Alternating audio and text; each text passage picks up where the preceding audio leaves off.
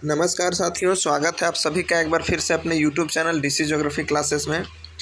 यदि चैनल पर नए हैं तो चैनल को सब्सक्राइब कर लीजिए और बेल आइकन को प्रेस कर लीजिए ताकि हर नई वीडियो की नोटिफिकेशन आप तक आसानी से पहुंचती रहे। तो चलिए शुरू करते हैं आज का सेशन। और आज के सेशन में हम लोग ओशनोग्राफी का जो सीरीज चल रहा था उसी को हम लोग कंटिन्यू करेंगे।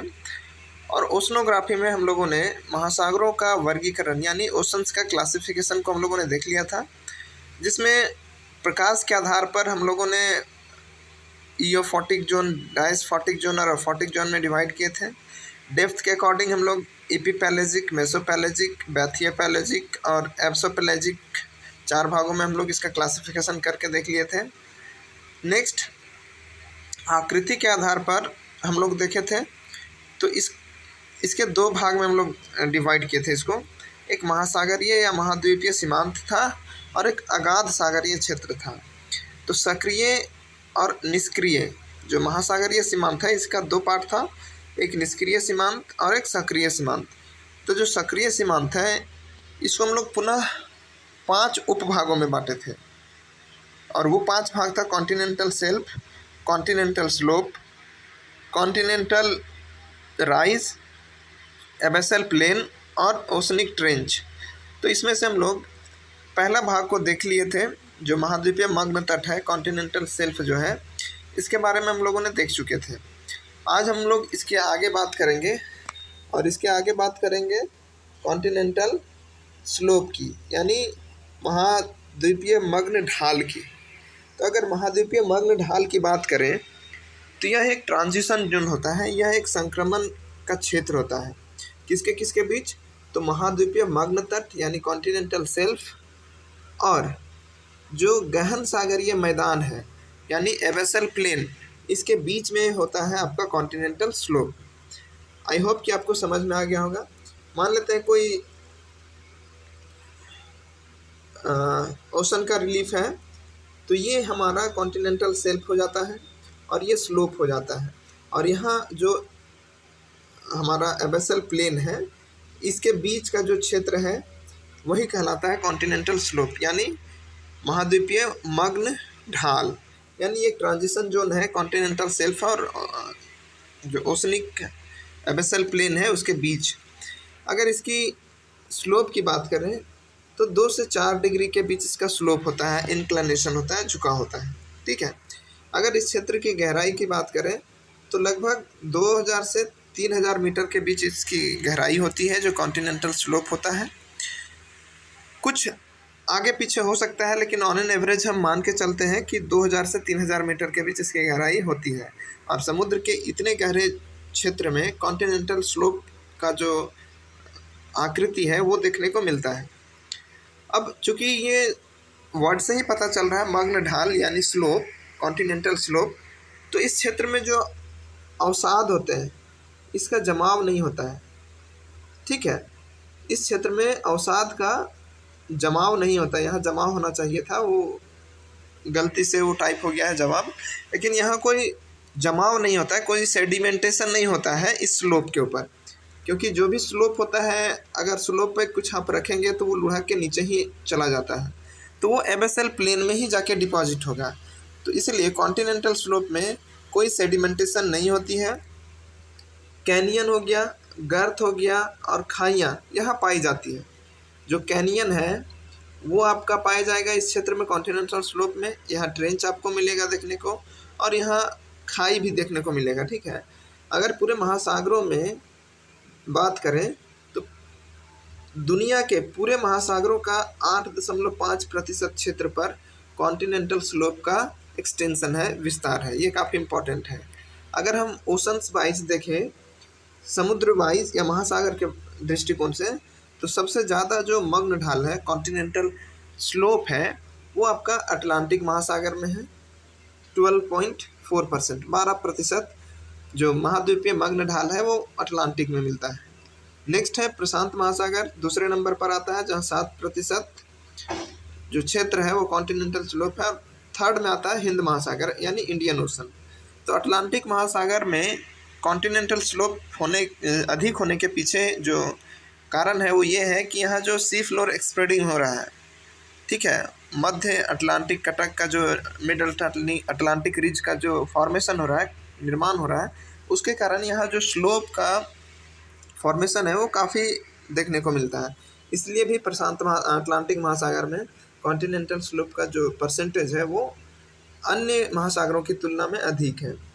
अगर आप देखेंगे तो इस डायग्राम को हमने पहले भी देखा था, continental slope self, continental slope और कॉन्टिनेंटल राइज, देन उसके बाद आता है गहन सागरीय मैदान। ठीक है, तो हम लोग बात कर रहे थे विश्व में सर्वाधिक मग्न ढाल, अगर पूरे वर्ल्ड वाइज देखा जाए तो सबसे अधिक जो कॉन्टिनेंटल स्लोप है वो सेंट हेलेना द्वीप के पास, सेंट हेलेना द्वीप के पास दक्षिणी अटलांटिक महासागर में।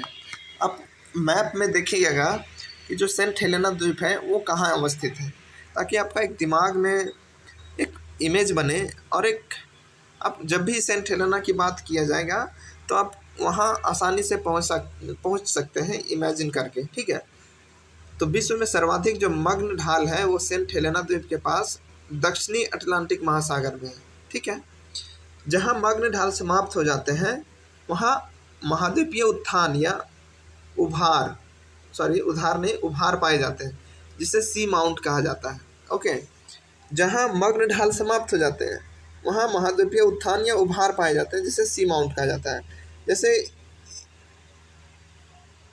हम एक डायग्राम बनाते हैं और इससे समझने की कोशिश करते हैं। सपोज ये हमारा मग्न ढाल है, अब ये जहाँ समाप्त होता है वहाँ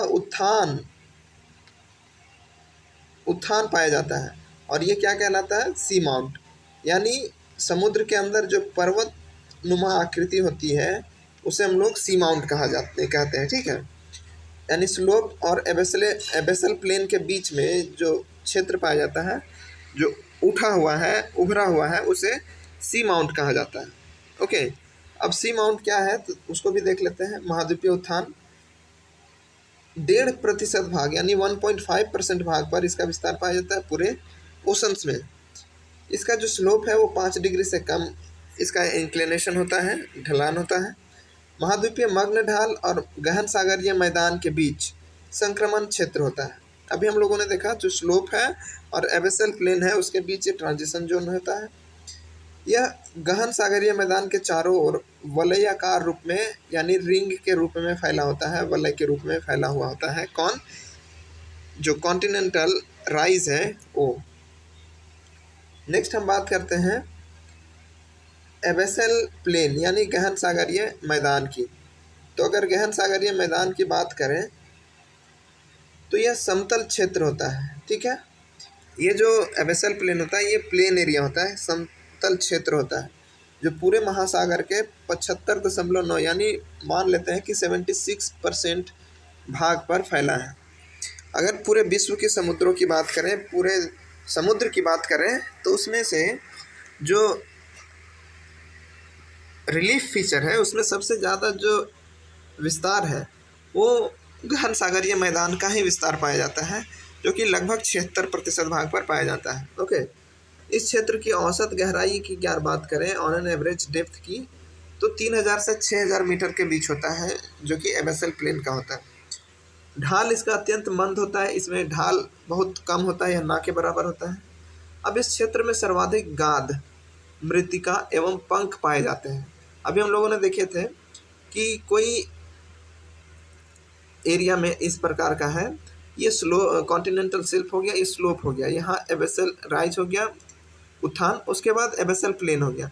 तो जो भी सेंटिमेंटेशन होता है वो एबेसल प्लेन में ही होता है, गहन महासागरीय मैदानों में ही निक्षेप होता है। जैसे गाद हो गया, सिल्ट, क्ले हो गया, और जो पंख है, मड है, उसका निक्षेप जो होता है वो एबेसल प्लेन में ही जाके होता है, क्योंकि उसके पहले कॉन्टिनेंटल स्लोप होता है और जो कॉन्टिनेंटल राइज होता है वो होता है। तो वहाँ कोई भी सेंटिमेंटेशन स्थिर रह नहीं सकता, इसलिए वो सारे अवसाद एबेसल प्लेन में जाके डिपॉजिट हो जाते हैं, जमा हो जाते हैं। ओके, अगर गहन सागरीय मैदान की बात करें तो सबसे ज़्यादा पैसिफिक ओशन में एबेसल प्लेन ज़्यादा पाया जाता है, देन इंडियन ओशन में, और उसके बाद आपका अटलांटिक ओशन में। तो सबसे ज़्यादा जो एबेसल प्लेन है वो आपका पैसिफिक ओशन में पाया जाता है। ओके, नेक्स्ट हम बात करें तो गहन सागरीय मैदान अधिकांशतः समतल एवं आकृति विहीन होते हैं। जो एबेसल प्लेन होता है इसका कोई आकृति नहीं होता है, ठीक है, ये आकृति विहीन होता है, शेपलेस होता है। ओके, अब अवसादों में सर्वाधिक मात्रा सिंधु पंख की पाई जाती है। जो एबेसल प्लेन है यहाँ जो सेडिमेंटेशन होता है, अवसादीकरण जो होता है, इसमें सबसे ज़्यादा जो होता है ये पेलाजिक जो सिंधु पंख होता है, जो पैलियोजोइक डिपॉजिट होता है वो पाया जाता है।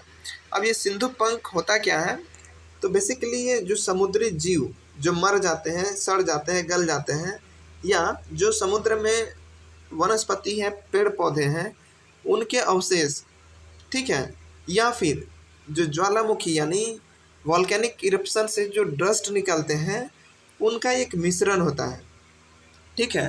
तो हम कह सकते हैं कि सिंधु पंख जो समुद्री जीव या पौधों के अवशेष या ज्वालामुखी का जो धूल है उसका एक मिश्रण है, कंपोजिशन है, जो पानी में घुल के समुद्र के तली में जाके सेडिमेंट हो जाता है, अवसादीकरण हो जाता है, बैठ जाता है, ठीक है। अब चूंकि जो सिंधु पंख है इसकी बनावट गहराई के अनुसार बदलती रहती है, ठीक है। जो सबसे ऊपर सिंधु पंख होता है उसमें कैल्शियम कार्बोनेट की प्रधानता पाई जाती है, जबकि सबसे निचले जो सिंधु पंख के सेडिमेंटेशन होता है, जमा होता है, उसमें लाल मृत्तिका का प्रधानता आपको देखने को मिलेगा, ठीक है। अब यहाँ आप इस मैप से समझ सकते हैं कि कोई ये सी लेवल है। अब सी लेवल में से जो समुद्र में जैसे कोई पेड़ पौधे या कोई जीव जंतु सड़ गए, गल गए, मर गए, तो वो क्या होगा, सड़ गल के धीरे धीरे वो समुद्र के तली में जाके डिपॉजिट होगा, जमा होगा, और जमा होते होते वो एक लेयर बनाएगा। तो जो सबसे नीचे होता है वो रेड क्ले होता है, यानी लाल मृत्तिका का जमाव होता है। उसके ऊपर जो सिलिका होता है उसका सेडिमेंटेशन होता है, और सबसे ऊपर कैल्शियम कार्बोनेट का सेडिमेंटेशन होता है। ओके, ये चीज़ आपको ध्यान में रखना है।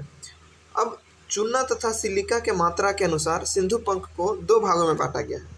जैसे जो कैल्शियम कार्बोनेट था, और एक रेड क्ले यानी लाल मृत्तिका था, और एक था आपका सिलिका।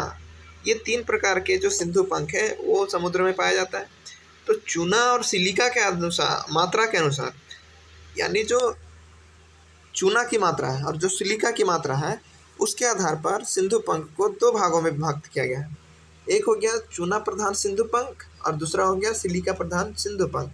यानी जिस ऊज में, जिस पंख में चूना की प्रधानता हो, चूना की अधिकता हो, वह पंख चूना प्रधान पंख कहलाएगा, और जिस पंख में सिलिका की मात्रा अधिक हो वह पंख सिलिका प्रधान युक्त पंख कहलाएगा। ओके, आई होप कि यहाँ आपको क्लियर होगा। अब हम लोग देखते हैं दोनों में। तो जो चूना प्रधान पंख है, जो चूना प्रधान सिंधु पंख है जिसमें चूना की अधिकता होती है, और जो सिलिका प्रधान पंख है जिसमें सिलिका की अधिकता होती है, तो इसकी अगर बात करें हम, तो चूना प्रधान में टेरोपॉड और ग्लोबिजेरेना ये इसके प्रमुख एग्जाम्पल हैं, ठीक है।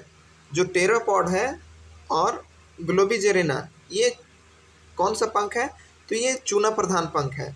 इसमें चूना की मात्रा अधिक पाई जाती है, और जब आप नेट का एग्ज़ाम का पेपर सॉल्व करेंगे तो उसमें आपको ये क्वेश्चंस मिल जाएगा कि ग्लोबिजेरेना किस प्रकार का पंख का उदाहरण है। तो ये चूना प्रधान सिंधु पंख का उदाहरण है। ओके, नेक्स्ट हम बात करें तो इसमें जो चूना प्रधान है इसमें कैल्शियम की मात्रा 65 से 80% तक पाया जाता है, क्योंकि ये चूना प्रधान ही है, तो जिसमें चूना होगा उसमें तो कैल्शियम की मात्रा अधिक होगी ही। तो लगभग 80% 90% के आसपास भी इसमें चूना की मात्रा पाई जाती है। ओके, अगर इसका निर्माण की बात करें तो टेरेपॉड और ग्लोबिजेरेना दो जीव है, इसके अवशेष के द्वारा चूना प्रधान जो पंख है, जो टेरेपॉड और ग्लोबिजेरेना है, इसका निर्माण होता है। ओके, नेक्स्ट हम बात करते हैं सिलिका प्रधान सिंधु पंख की। तो इसमें जो रेडियोलेरियन है और डाइटम है ये सिलिका प्रधान है, और ये भी क्वेश्चन पूछा गया है नेट में। तो इसमें आपको एकदम क्लियर रखना है कि जो रेडियोलेरियन है और डाइटम है ये सिलिका प्रधान सिंधु पंख है, और जो टेरापॉड और ग्लोबिजेरेना है ये चूना प्रधान है। आपको निमोनिक बनाना है, शॉर्टकट बनाना है, जैसे भी करना है, याद रखिएगा रेडियोलेरियन और डाइटम ये सिलिका प्रधान है।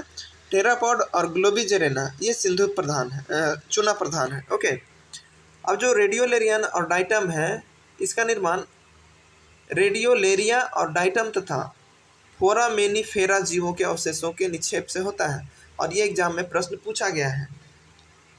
जो फोरामेनिफेरा है जीव, इसके अवशेष से किस प्रकार के सिंधु पंख का निर्माण होता है, तो वो सिलिका प्रधान है। ओके, ध्यान रखिएगा, जिसमें रेडियोलेरियन और डाइटम सिंधु पंख आते हैं। ये काफ़ी इंपॉर्टेंट है आपके एग्जाम के पॉइंट ऑफ व्यू से। इसको ज़रूर आप चाहे तो स्क्रीनशॉट कर लीजिए, लिख लीजिए, याद कर लीजिए, जैसे भी करना है कर लीजिए। नेक्स्ट हम बात करते हैं प्रशांत महासागर के गहन सागरीय मैदान में कहीं कहीं छोटी छोटी पहाड़ियाँ मिलती हैं जिनका शीर्ष सपाट होता है, जिसे गुयॉट कहा जाता है। ठीक है, और सर्वाधिक गुयॉट जो है वो प्रशांत महासागर में ही पाई जाती है। अब यहाँ हम लोग गुयॉट क्या होता है उसको समझते हैं। ये मान लेते हैं कि हमारा समुद्र है। ठीक है, ये हमारा क्या है, समुद्र है। अब समुद्र के अंदर जो पहाड़ी है, समुद्र के अंदर क्या है, जो पहाड़ी है जिसका शीर्ष यानी ऊपरी भाग सपाट है, समतल है, उसमें शिखर नहीं है, तो ऐसे क्षेत्र को हम लोग गुयॉट कहते हैं। ऐसा भाग को हम लोग गुयॉट कहते हैं। अब ये प्रश्न यहाँ उठ सकता है कि आखिर इसका भाग शिखरीय क्यों नहीं है, इसका शिखर क्यों नहीं हो सकता, ये सपाट कैसे हो जाएगा। तो ये आपको समझना है, ध्यान रखना है कि गुयॉट का निर्माण समुद्र तटीय क्षेत्रों में ज़्यादा देखने को मिलता है। और यहाँ होता क्या है कि जो सागर का लहर है, समुद्री लहर के कारण इसमें कटाव होता है, और ये कटाव होते होते क्या होता है कि एक समतल रूप धारण कर लेता है। तो सागरीय तरंगों के कटाव के कारण, सागरीय लहरों के कटाव के कारण इसका जो शिखर है वो सपाट हो जाता है, इसलिए इसका नाम गुयॉट रखा गया है। ओके, नेक्स्ट अब हम कुछ क्वेश्चंस कर लेते हैं हम लोग ओशनोग्राफी से जो प्रश्न पूछे गए हैं। तो आज का प्रश्न है पहला कि निम्नलिखित में से कौन महाद्वीपीय ढाल का सही औसत ढाल है। अब देखिए, जो एनटीए ने माना था, ठीक है, जब हम लोगों ने पढ़ा था अभी, तो उसमें देखा था कि कॉन्टिनेंटल स्लोप का, ठीक है, जो औसत ढाल होता है 2 से 5 डिग्री के बीच होता है। तो 2 से 5 के बीच। ओके, अब यहाँ क्या है, ऑप्शन में आपका 2 डिग्री है, 4 डिग्री है, 6 डिग्री है, 8 डिग्री है। तो कॉन्टिनेंटल स्लोप का जो एवरेज ढाल होता है वो आपका 4 डिग्री होता है। ओके, नेक्स्ट, अटलांटिक महासागर के तल से मध्य अटलांटिक कटक की ऊंचाई के संबंध में कौन सा कथन सही है। यानी जो अटलांटिक ओशन है, ओके, जो अटलांटिक ओशन है जो एस आकार में है, तो इस अटलांटिक ओशन में जो एक मिड अटलांटिक रीज है, मध्य अटलांटिक कटक, तो वो समुद्र तल से, यानी समुद्र तल से समुद्र, जो समुद्र का एकदम निचला सतह है वहाँ से लेके समुद्र की सतह तक उसकी ऊंचाई कितनी है उसके बारे में पूछा गया है प्रश्न। तो इसका जो करेक्ट आंसर है ऑप्शन नंबर ए है। लगभग जो मध्य अटलांटिक कटक है ये लगभग 3 किलोमीटर ऊंचा है। ओके, ये 3 किलोमीटर ऊंचा है। आप अंदाज़ा लगा सकते हैं कि किस प्रकार का मध्य अटलांटिक कटक का निर्माण हुआ है। नेक्स्ट है, सूची 1 को सूची 2 से सुमेलित करना है। यह मैच करना था प्रवाल भित्ति, सोल गहरी, वितल मैदान, महाद्वीपीय ढाल। ओके, तो प्रवाल जो भित्ति है वो क्या है, एक जैविक महासागरीय निक्षेप है, यानी पॉलिक नामक जीव से के निक्षेप से जो प्रवाल का निर्माण होता है वो होता है। तो ये महासागरीय जीवों के निक्षेप है, जैविक निक्षेप है। ओके, दूसरा सोल गहरी यानी समतल सतह, जो एबेसल प्लेन है उसी को सोल कहा जाता है। ठीक है, तो एबेसल सोल जिसे हम लोग कहते हैं गहन सागरीय, तो गहन मतलब गहरी और सोल का मतलब बराबर, तो समतल सतह जो है उसको सोल गहरी कहा जाता है। ओके, अब है वितल मैदान, यानी सतही गहराई के साथ अलग थलग ऊंचाई को हम लोग क्या कहते हैं, वितल मैदान। और ढाल क्या होता है, महाद्वीपीय ढाल, तो सेल्फ तल से खड़ा ढलान को ही हम लोग महाद्वीपीय ढाल कहते हैं। इस प्रकार जो आपका आंसर है वो हो जाएगा option number C. Okay, next question की बात करते हैं। अंतः समुद्री कैनियन के उद्भव के पंकिल धारा सिद्धांत के प्रतिपादकों में से निम्नलिखित थे। तो पंकिल धारा सिद्धांत बहुत इजी था, डेली इसका करेक्ट आंसर है, ये कई बार रिपीट हुआ है, तो याद रखना है पंकिल धारा सिद्धांत किसका है, डेली का है। समुद्री टीला जिसका सपाट शिखर है, जिसका सपाट शिखर है, किस नाम से जाना जाता है। अब यहाँ देखिए क्वेश्चन घुमा दिया है, अभी हम लोग आज के सेशन में इसको कवर किए हैं।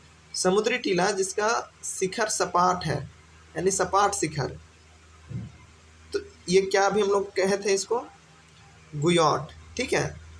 तो यहाँ गुयॉट ऑप्शन में नहीं है, यहाँ है निमग्न द्वीप, यानी जो महासागर के अंदर है, ठीक है, जो महासागर के अंदर है और जिसका शिखर वो कैसा है, सपाट। तो इसका करेक्ट आंसर क्या हो जाएगा, ऑप्शन नंबर सी, निमग्न द्वीप। गुयॉट ना देके निमग्न द्वीप भी एग्जाम में पूछा गया है, तो इसको ध्यान रखिएगा। नेक्स्ट क्वेश्चन, निम्नलिखित में से कौन सा महासागरीय नितल की भूरचना का सही क्रम है। फिर से वही क्वेश्चन पूछा गया है, रिपीट हुआ है। Continental shelf, continental slope, continental rise और एबेसल प्लेन, ठीक है। तो ऑप्शन नंबर सी इसका राइट आंसर हो जाएगा। नेक्स्ट क्वेश्चन देखते हैं। समुद्र जल के गर्म होने की प्रक्रिया को पहचाने, यानी जो समुद्र का जल है वो कौन सी प्रक्रिया द्वारा गर्म होती है, ठीक है। तो पहला है आपका सौर विकिरण का अवशोषण के द्वारा, बिल्कुल सही है। और दूसरा है गतिज ऊर्जा के रूपांतरण द्वारा, ठीक है। ध्रुवीय बर्फ के पिघलने से समुद्र गर्म नहीं होता है, समुद्री नियमों के उल्लंघन से समुद्र गर्म नहीं होता है। तो इसका करेक्ट आंसर ऑप्शन नंबर 3, यानी ए और बी सही है, ओके। नेक्स्ट हम बात करते हैं उत्तरी ध्रुव और दक्षिणी ध्रुव समुद्रों के बीच समुद्री जल की औसत हिमांक के लिए निम्नलिखित में से कौन सा तापक्रम सही है। तो उत्तरी ध्रुव और दक्षिणी ध्रुव के बीच पूछा जा रहा है, ठीक है। उत्तरी ध्रुव और दक्षिणी ध्रुवों के समुद्रों की समुद्री जल की औसत हिमांक कौन सा तापमान सही है। तो इसका जो करेक्ट आंसर है ऑप्शन नंबर सी है, -2 डिग्री सेल्सियस, ओके। नेक्स्ट है सुपर कोल्ड जल क्या है, यानी सुपर कोल्ड वाटर। ये यूपी पीजीटी में भी पूछा गया है और नेट में भी पूछा गया है ये प्रश्न, ठीक है। जो 2021 में क्वेश्चन पेपर हुए थे यूपी पीजीटी के, उसमें ये प्रश्न पूछा गया है। जिसका निर्माण ड्राई आइस से किया जाता है, जो एक विशेष प्रकार का हिम है, 0 डिग्री तापमान के नीचे भी तरल बना रहता है। तो सुपर कोल्ड जल वही है जो 0 डिग्री तापमान के नीचे भी ये लिक्विड फॉर्म में रहता है, उसको सुपर कोल्ड वाटर कहते हैं, ओके। नेक्स्ट है और आज का अंतिम प्रश्न है, सामुद्रिक जल का तापमान गहराई बढ़ने के साथ घटता है। ये कथन है, यानी स्टेटमेंट है, और रीज़न है इसका तापमान की गिरावट 370 मीटर से 730 मीटर के बीच सुअंकित होती है। दोनों तो सही है, लेकिन क्या ये सुअंकित होती इसलिए गहराई बढ़ने के साथ ताप घटता है, नहीं। दोनों करेक्ट है, लेकिन इसका एक्सप्लेनेशन ये नहीं कर रहा है, व्याख्या नहीं कर रहा है, इसलिए इसका correct answer option number B हो जाएगा, ओके। तो यही था आज का हमारा एक छोटा सा सेशन। आई होप कि सेशन आपको अच्छा लगा होगा। अगर हमारा टेलीग्राम चैनल से नहीं जुड़े हैं तो वीडियो के डिस्क्रिप्शन बॉक्स में टेलीग्राम चैनल का लिंक दिया हुआ है, वहाँ से आप ज्वाइन कर सकते हैं। तो थैंक यू सो मच, मिलते हैं हम फिर से नेक्स्ट लेसन में, तब तक के लिए धन्यवाद।